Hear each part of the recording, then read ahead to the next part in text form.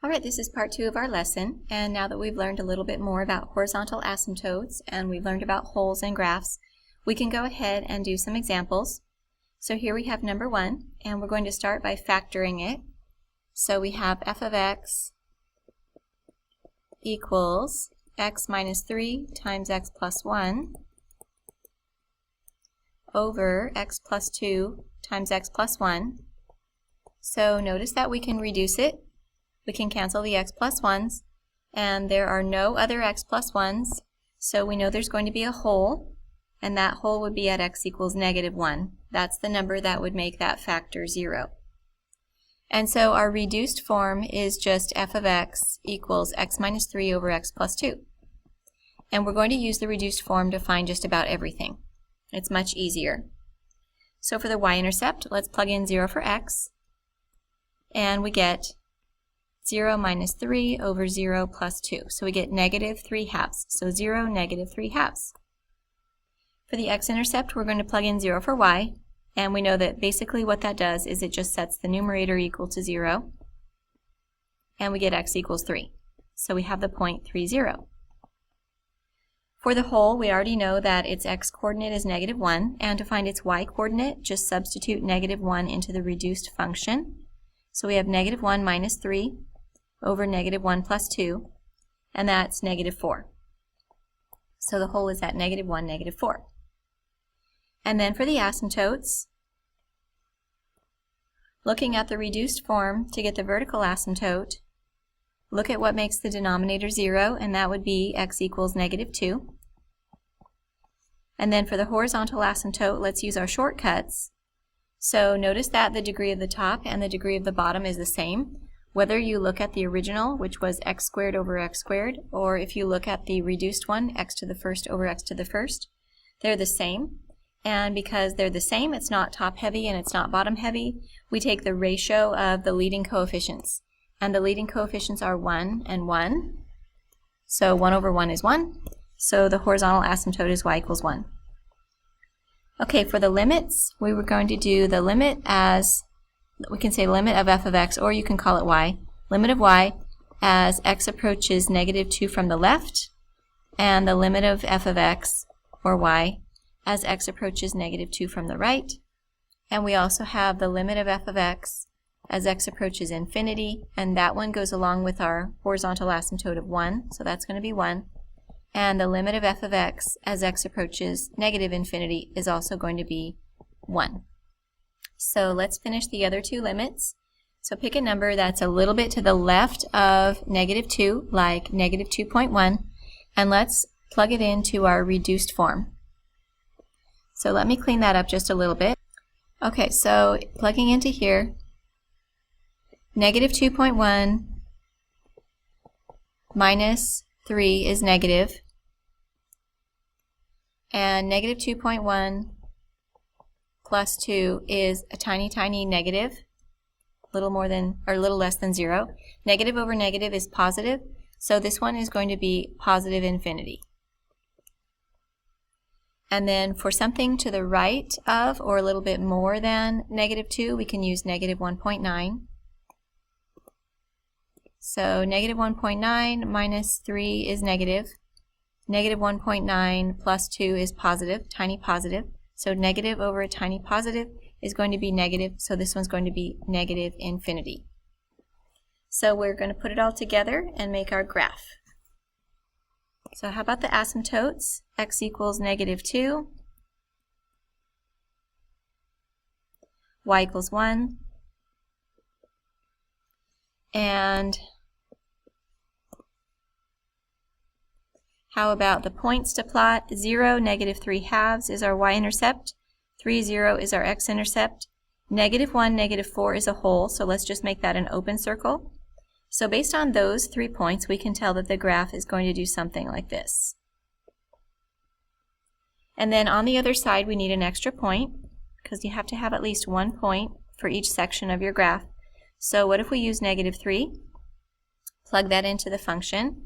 Negative 3 minus 3 over negative 3 plus 2 is going to be negative 6 over negative 1, so that's 6. So we can plot the point negative 3, 6, and then just making sure to do what the asymptotes or excuse me, what the limits are telling you to do is going to go kind of like that.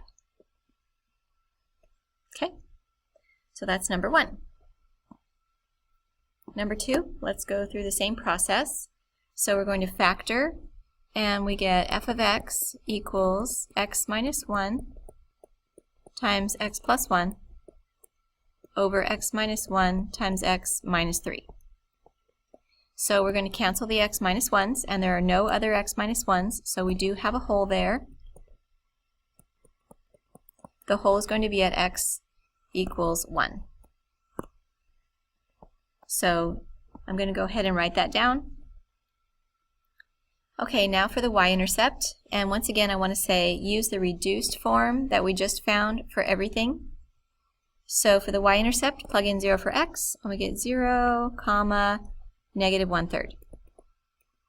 For the x-intercept, plug in 0 for y, so you're setting the numerator equal to 0, you get negative 1.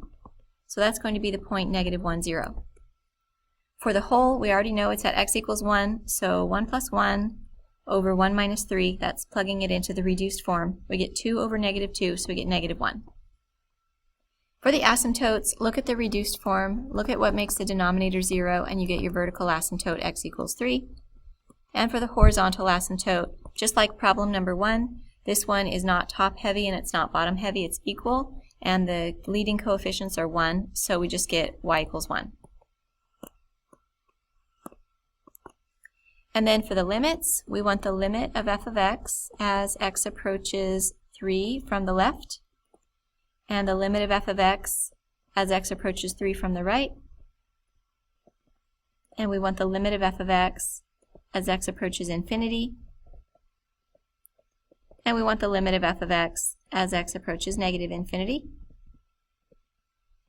And those two last limits are going to be 1, just like our horizontal asymptote. So for something a little bit to the left of 3, we could use 2.9.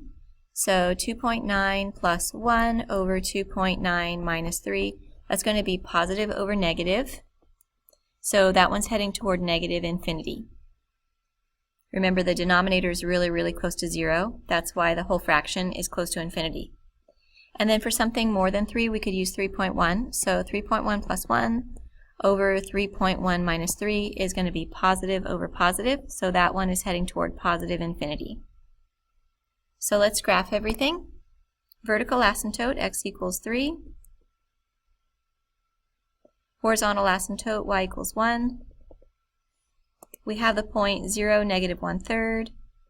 We have the point negative 1, 0, and we have a hole at 1, negative 1. So you can tell from those 3 points, if you just follow them, it goes like this.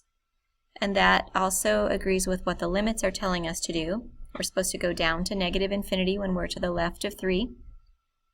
And then on the other side, for my extra point, I'm going to use x equals 4, plug it into the reduced function, and we get 5 over 1, so we get 5. 4, 5, plot that point, and then we can go ahead and follow the limits, and we get the other side of the graph.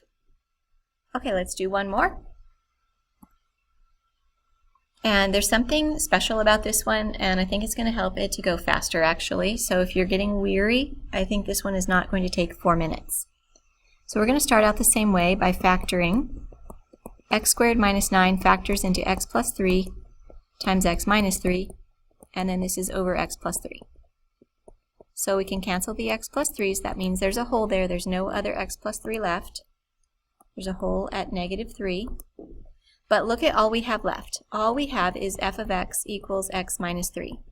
And you know what that is? That's just a line with a slope of 1 and a y-intercept of negative 3. So that should make things easier on us. We can even plot that point to start with, 0, negative 3. Let's find the y-coordinate of the hole. So f of negative 3 is negative 3 minus 3, that's negative 6. So the y-coordinate of the hole is negative 6. So we have the point negative 3, negative 6. Make that an open circle. And here's our line with a slope of 1.